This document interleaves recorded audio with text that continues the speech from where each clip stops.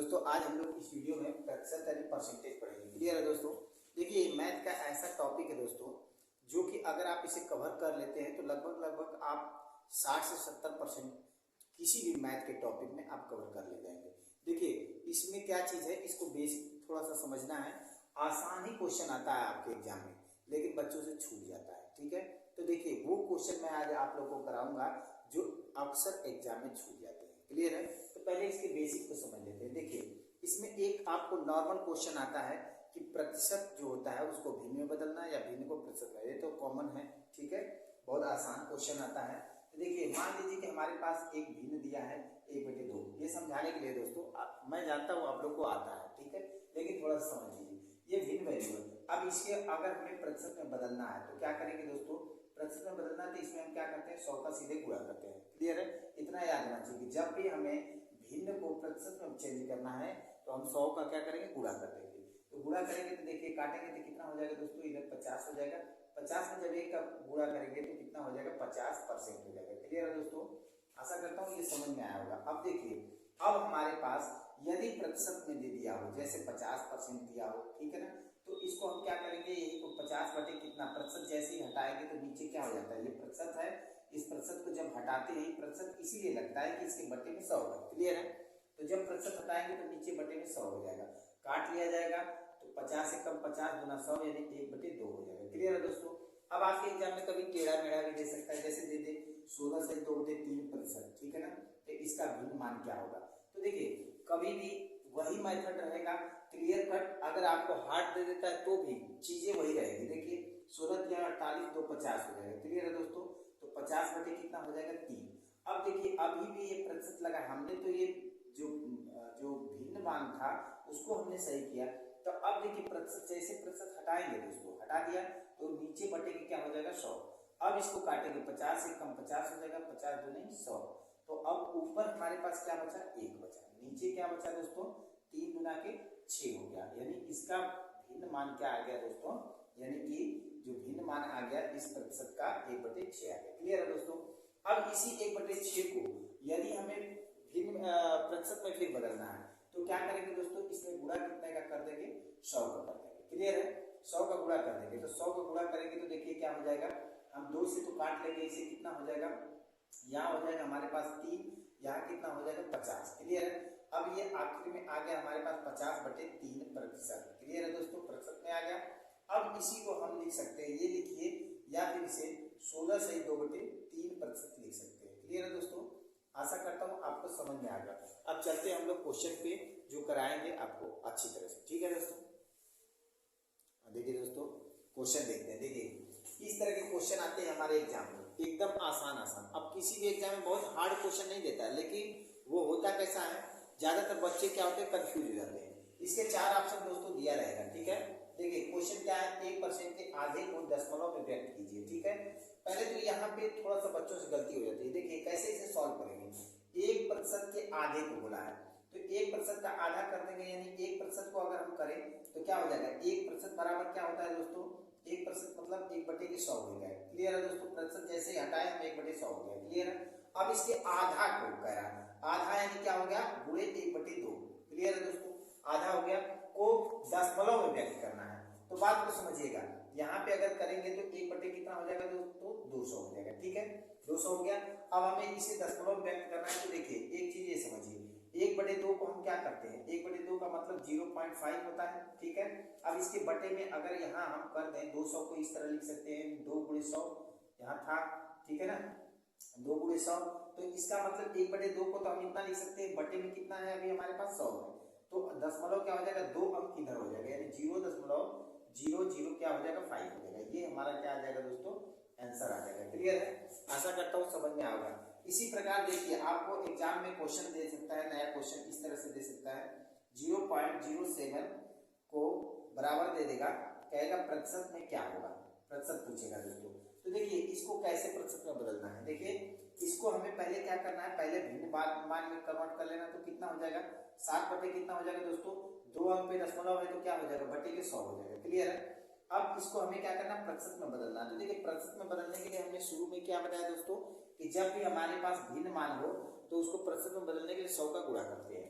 तो इसमें जब गुणा आप 100 का कर देंगे तो क्या हो जाएगा, 100 100 से ऑलरेडी कट जाएगा। अब हमारे पास बचेगा क्या, केवल 7। तो इसका आंसर क्या हो जाएगा दोस्तों, 7 हो जाएगा। क्लियर। ये देखिए क्वेश्चन देखने में आसान लगता है बट आंसर गलत आ जाता है, ज्यादातर बच्चों से गलती हो जाती है। ठीक है, चलिए आइए अगला क्वेश्चन देखते हैं। क्वेश्चन देखते हैं, देखिए दिया है ए का 20%, ठीक है दोस्तों, बी का 30% तथा बी का 40% बराबर सी का 50% हो तो ए सी का कितना परसेंट है। क्लियर है। देखिए ए का 20% बराबर बी का 30%।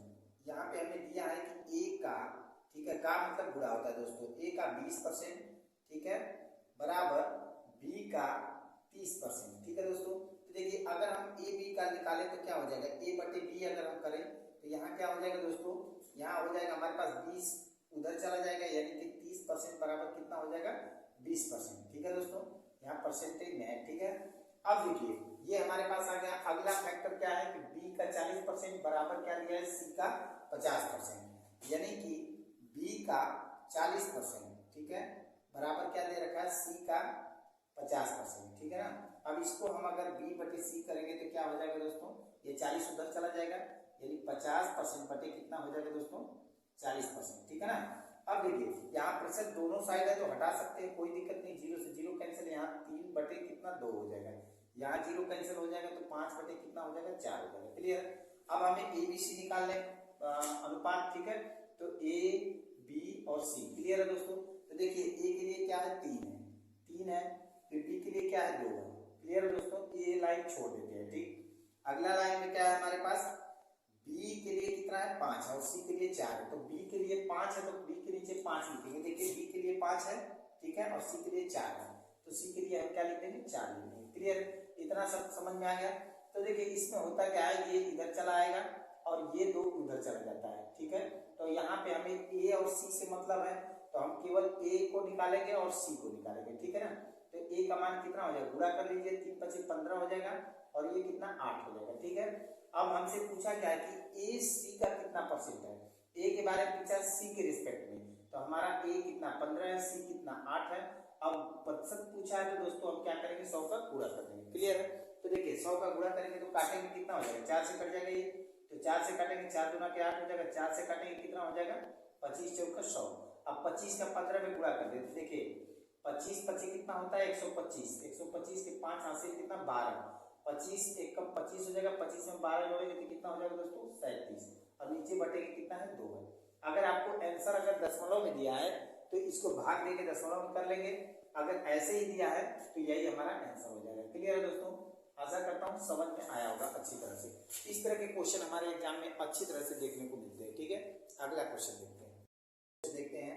देखिए यदि ए का 8% बराबर बी का 4% हो तो ए का 20% बराबर बी का कितना परसेंट। दोस्तों क्वेश्चन मार्क दिया है। ठीक है।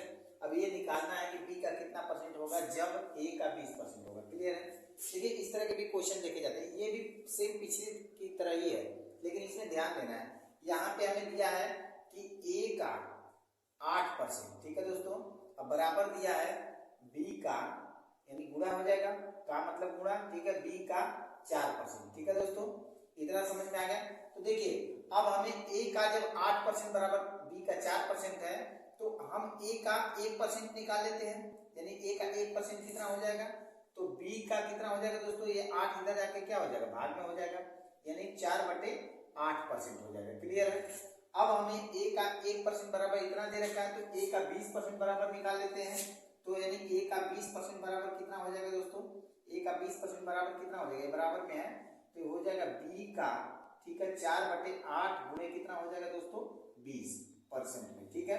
तो देखिए इसको काट लेंगे, 4 से काट लेंगे, 4 गुना के 8 हो जाएगा, 4 से काटेंगे कितना, 4 × 20, 2 से इसको काट लेंगे, 2 हो जाएगा, यानी 5 गुना के 10 हो जाएगा, यानी कि बी का क्या हो जाएगा दोस्तों, 10% हो जाएगा। क्लियर है।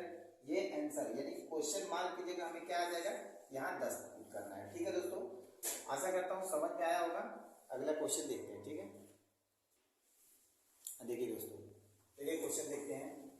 पी की आयु की क्यू की आयु से 20% क्या है, कम है, तो क्यू की आयु पी की आयु से कितना % अधिक है। क्लियर है दोस्तों।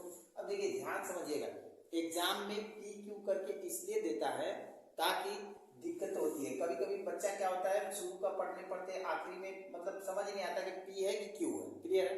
तो इसको ध्यान से करना है। देखिए बोला क्या है कि पी की आयु क्यू की आयु से 20% कम है, यानी पी की आयु क्यू की आयु से 20% कम है। तो इसका मतलब क्या है भाई, पी बराबर क्या हो जाएगा, क्यू का 80%, यानी 20% कम है तो 100% तो पूरा होगा, लेकिन जब 20% कम है तो इसका कितना हो जाएगा 80%। 80% यानी 80/100 हो जाएगा। क्लियर है? अब देखो इसको काट लेंगे तो कितना हो जाएगा, 0 से 0 कैंसिल हो जाएगा, 4 2 से काटिए तो कितना हो जाएगा, 4 2 से काटेंगे तो कितना हो जाएगा 5, यानी कि 4/5। तो देखिए अब हम यहाँ पे P बटे Q निकाल लें तो कितना हो जाएगा दोस्तों, P Q को इधर ले आते हैं तो इधर क्या बच जाएगा हमारे पास 4/5 हो जाएगा। क्लियर है? अब देखिए P का मान 4 आ गया, Q का मान 5 आ गया। एक मेथड और है दोस्तों जिससे आप देख सकते हैं, जैसे यहाँ बोला है, मैं बताया कि भिन्न का मान याद रखिए, 20% बोला है तो 20% का भिन्न वैल्यू कितना होगा, 1/5 होगा, यानी 5 में से 1 कम है, यानी कि इसका मान P का बोल रहा है Q से क्या है 1 कम है, अर्थात ये 4 हो गया और ये कितना हो गया दोस्तों 5 हो गया। ये भी नियम है, चाहे ऐसे करिए चाहे ये करिए। क्लियर है? अब देखिए अब ये कम है दोस्तों, कितना कम है, यानी Q का मान एक अधिक है P से, यानी कि 1 कम है। ठीक है? अब यहाँ पूछा क्या है, अधिक पूछा है, इसके लिए Q के लिए, तो Q एक अधिक है इससे P से, तो इसने बोला है कि Q की आयु P की आयु से, यानी P की आयु से बोला है तो P वाला नीचे रहेगा। क्लियर है? ये ध्यान रखना है, P वाला नीचे रहेगा। P वाला मान कितना है 4 है। अब गुणे कितना हो जाएगा 100, प्रतिशत निकालना है तो काटेंगे दोस्तों, 4 से कटेगा 25 बार में, 25 में 1 का गुणा करेंगे तो कितना हो जाएगा 25% हो जाएगा। क्लियर है? तो आशा करते हैं सही से समझ में आएगा। इसमें भी करेंगे तो देखिए दोनों का अंतर कितना है, यानी ये वाला इससे बड़ा कितना है 1 है, तो 1 बड़ा है। अब हमारे को क्वेश्चन में क्या पूछा है ये भी देखना है कि P के लिए पूछा है कि Q के लिए पूछा है। तो यहाँ बोला है कि Q की आयु P की आयु से कितना प्रतिशत अधिक है, तो जाहिर सी बात है अधिक यही है, इससे अधिक है इससे अधिक है, तो इससे अधिक है तो इसी से पूछा है, तो बट्टे के 4 हो जाएगा और गुणे कितना 100 हो जाएगा, काट लेंगे कितना हो जाएगा दोस्तों 25% हो जाएगा, 1 का गुणा करें तो 25 ही हो जाएगा। क्लियर है? आशा करता हूँ सही से समझ में आएगा दोस्तों। वीडियो समझ में आई तो वीडियो को लाइक सब्सक्राइब जरूर कीजिए दोस्तों। ठीक है?